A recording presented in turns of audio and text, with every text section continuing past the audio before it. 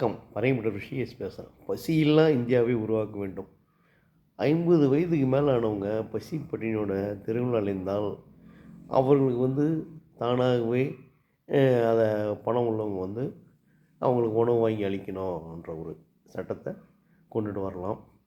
அப்படி அளிச்சாங்கன்னா, அவங்களுக்கு இந்த கௌரவ குடிமகன் என்ற ஒரு அந்தஸ்த அந்த மாரி கிட்டத்தட்ட அவங்க 1 வருஷம், 2 வருஷம், 3 வருஷம், 5 வருஷம், 10 வருஷம்னு செஞ்சாங்கன்னா, அந்த கிரேட் லெவலில் கௌரவ குடிமகன் கிரேடுன்னு ஏபிசிடின்னு இப்படி கொடுக்கலாம்.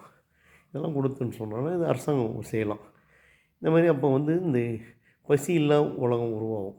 பசின்றது ரொம்ப பெரிய விஷயமா இருக்குது. அது இளைஞர்கள்லாம் உழைக்கலாம், உழைச்சி அவங்க சாப்பிட்லாம். அதனால் 50 வயசு கீழே உள்ளவங்கள விட்டுடுங்க.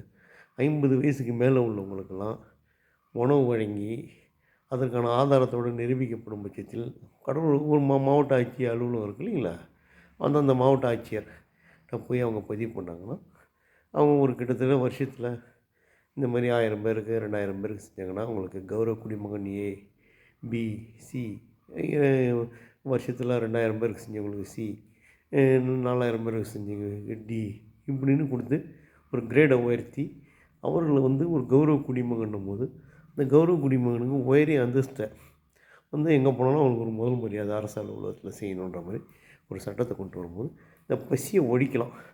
இதுதான். இதை விட்டுட்டு பஸ்ஸில் பேருந்தில் டான்ஸ் ஆடுறதுக்கு ஃப்ரீ பேருந்து, ஃப்ரீ இதெல்லாம் தேவையில்லாத திட்டம்.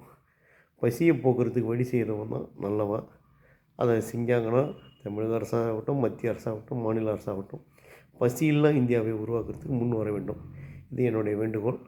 ஜெய் இந்து மக்கள் இயக்கத்தின் சார்பாக மத்திய மாநில அரசுக்கு வைக்கிறேன். நன்றி, வணக்கம்.